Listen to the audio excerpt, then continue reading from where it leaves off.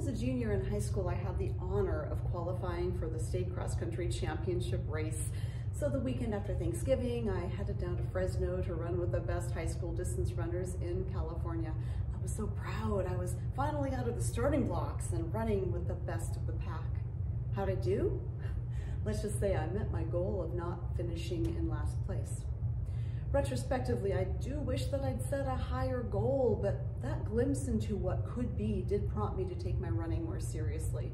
Instead of just doing basic team workouts after school during the season, I began training on weekends, and I continued during the off season, running year round, because competitive distance running isn't confined to a season. It's a lifestyle, something you have to do 6 days a week. You do take a Sabbath, 52 weeks out of the year, and it's more than just running. In addition to mileage and strength training under the supervision of a good coach, you've also got to integrate excellent nutrition, good hydration, and healthy sleep habits. This is what it takes to be an athlete, a total commitment to the lifestyle. That all-in philosophy applies to the spiritual life too, if we are to be serious about our calling.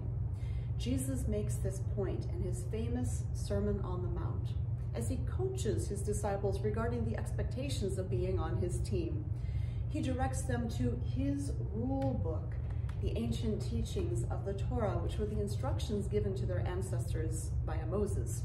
Now, over the years, other priests and prophets added their voices to the conversation, and the result is a rich and dynamic collection of teachings for God's people, dating back many centuries. And Jesus wanted people to know where he stood on these teachings. He said, "Do not think that I have come to abolish the law or the prophets. I have come not to abolish, but to fulfill. For truly I tell you, until heaven and earth pass away, not one letter, not one stroke of a letter will pass from the law until all is accomplished. Therefore, whoever breaks one of the least of these commandments and teaches others to do the same will be called least in the kingdom of heaven. But whoever does them and teaches them will be called great in the kingdom of heaven. For I tell you, unless your righteousness exceeds that of the scribes and Pharisees, you will never enter the kingdom of heaven." Remember that this kingdom of heaven is what Jesus called the community they were building here on earth, which would be built on righteousness, meaning living in right relationship with God and with each other. But what did he mean about his followers' righteousness exceeding that of the scribes and Pharisees, the very people charged with knowing and keeping the instructions of the faith community? How can the students do better than their teachers? That's a pretty high standard, unless, of course, the teachers are setting an especially low bar. And that is what was happening in some cases. I know it's hard to believe, but some of the people charged with teaching the rules had gotten pretty good at bending those rules to their advantage. An example was divorce. Now, the ancient teaching did not allow a man to divorce his wife except in the most extreme circumstances, mostly infidelity. However, some rabbis in Jesus' time were teaching that divorce was acceptable in other cases as well. Now, to our modern ears, this might not seem like such a big deal. We understand that not all marriages are healthy, and some couples find divorce to really be the best option. I know people, you do too probably, who have become healthy after ending a marriage that was serving no one well.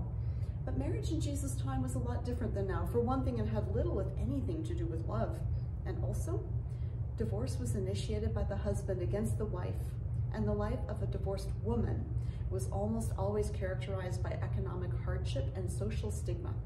Divorce was not a means of liberation for women in tough marriages. It was a way for men to back out of their obligations because they had tired of their wives. And here were the religious leaders who happened to be men reinterpreting old rules in a way that would have devastating implications for the 50% of the population who had no say in the matter. So Jesus stepped into the conversation saying, "You know what, let's look at some of the rules that have guided us, and right off the bat, know that my intention is not to change any of them." Having made that clear, he starts in with a series of pronouncements that follow this pattern. "You have heard it said one way, but I say to you another way," which kind of seems like he is aiming to contradict the old teachings, right?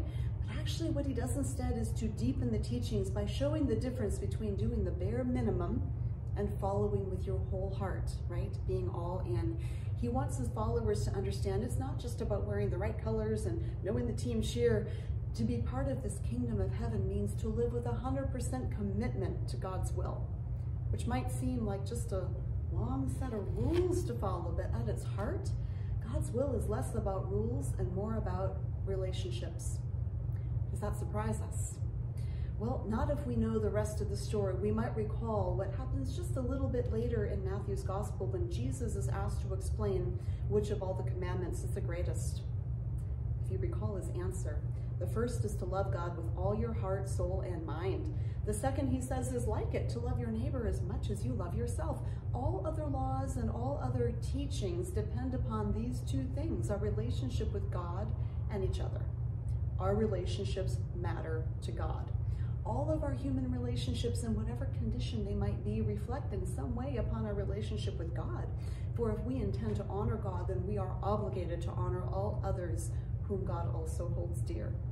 This means we cannot just pay lip service to the commandments, but must live fully into the very heart of them, these ancient laws delivered to God's people through Moses, who called them life-giving, telling people that in the law, he was setting before them life and death, blessings and curses, as he exhorted them, choose life that you and your descendants may live, loving the Lord your God, obeying him, and holding fast to him. For that means life to you. What does it mean to live fully into the life-giving teaching, to honor God by living into the full intention of God's law? Jesus gives at least 6 examples, the first being murder. We can all agree that murder is a terrible thing, not life-giving by definition. I'm pleased to tell you I've never murdered anyone, so I'm good, right? That's pretty good for someone just sitting back in those starting blocks. It's a good starting place to be innocent of murder, to have never taken a human life in a calculated act of violence, but to live into the full intent of God's will, we must also be innocent of all actions that are not life-giving to God's children. To that effect, Jesus names anger, insults, name-calling, warning that anyone engaging in such behavior is liable to the hell of fire, which is a confusing translation of the Greek word Gehenna, meaning the place at the edge of the community where the refuse is burned. You wouldn't want to hang out at that vile place, separated from your brothers and sisters, eating the scraps thrown onto the burning garbage heap. Hear the good news, you don't have to. There is a place for all of us in this kingdom of God's gracious love where God's will is done here on earth as in heaven. And in order to take up our place at that table, we have to play by the rules of communal living, meaning treating one another with kindness and respect, valuing the humanity in each person. And valuing the humanity in each person really is the spirit of the law, the underlying intention behind all of it. In Jesus' mind, it is not enough to appear to uphold the teachings if the heart isn't aligned with the spirit of those teachings, which is why Jesus goes on to name other examples of how people could appear to be keeping God's law while managing to inflict great harm on others. He calls out men who, like we talked about earlier, divorced their wives over trivialities so they could obtain new ones, a practice which was not life-giving to women and children in that time and place. Jesus also challenges the desire for revenge, legally supported by the eye for an eye law, which was originally meant to prevent people from seeking excessive revenge leading to war, but truly is any amount of revenge ever life-giving? And then Jesus denounces the popular idea that as long as you love your neighbors, it's okay to hate your enemies. We all do, right? In all of these cases, Jesus points out, yeah, people might have been following the letter of the law, but they were not living into the fullness of that law, the life-giving intentions that had inspired the law. They were looking good in their starting blocks, but they were not making any real progress in the actual movement toward God's kingdom. If Jesus were addressing us here today, what might be the current examples of following the basic rules but not getting out of the starting blocks? Following the pattern of his critique, I think he would invite us to consider how our beliefs and practices contribute toward human flourishing and meaningful relationships. We've made so much progress toward honoring the basic human rights of many people, yet some of God's children are still treated as less than, sometimes even by spiritual leaders. Let me give you an example close to my heart. We seriously need to ask ourselves, is it really and truly in keeping with the spirit of God's desire for human flourishing to shame people who do not fit into a heteronormative understanding of human sexuality or gender identity? I don't believe that we honor God when we tell any of God's beloved children that they were made wrong and need to change in order to conform to one specific rule, which was actually written thousands of years ago to protect young boys from predatory older men. At its core, God's law was meant to promote human flourishing and healthy relationships. And the ancient spiritual leaders who added details, specific details to God's law, particular to their historical context, did so with the intention of protecting the vulnerable. But that was a specific context, having nothing to do with loving relationships between consenting adults. For us now today to shame human beings for pursuing meaningful relationships that affirm their inherent belovedness actually seems contradictory to the spirit of God's law. The loving God who delighted in creating humans of such incredible diversity certainly delights when we flourish in our relationships with one another. But if we're going even further into the spirit of the law, then we must also consider our relationship with all of creation, right? And how our actions contribute to the flourishing of all life on earth. For this relationship too must be life-giving and restorative, contributing to the flourishing of all the created order.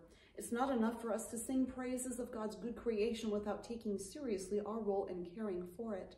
As stewards of the earth, we seriously need to become more responsible about all aspects of how we live, our consumption of energy, our purchasing practices, our food choices, paying attention not only to what we eat, but how and where it's produced. Being in life-giving relationship with creation means all of us must work together in relationship, right? In pursuit of environmental justice. All of creation groans. How will we respond? What will we do? Will we be like the ones Jesus chastised for doing the bare minimum, pretending to honor God's law while ignoring the deeper intentions behind it? Or will we live wholeheartedly into the fullest expression of God's will for the flourishing of all life, human and otherwise? That means really going the distance, running the race with Jesus cheering us on, saying, go ahead, get out of the blocks. I'll run with you. Thanks be to God. Run a good race, my friends.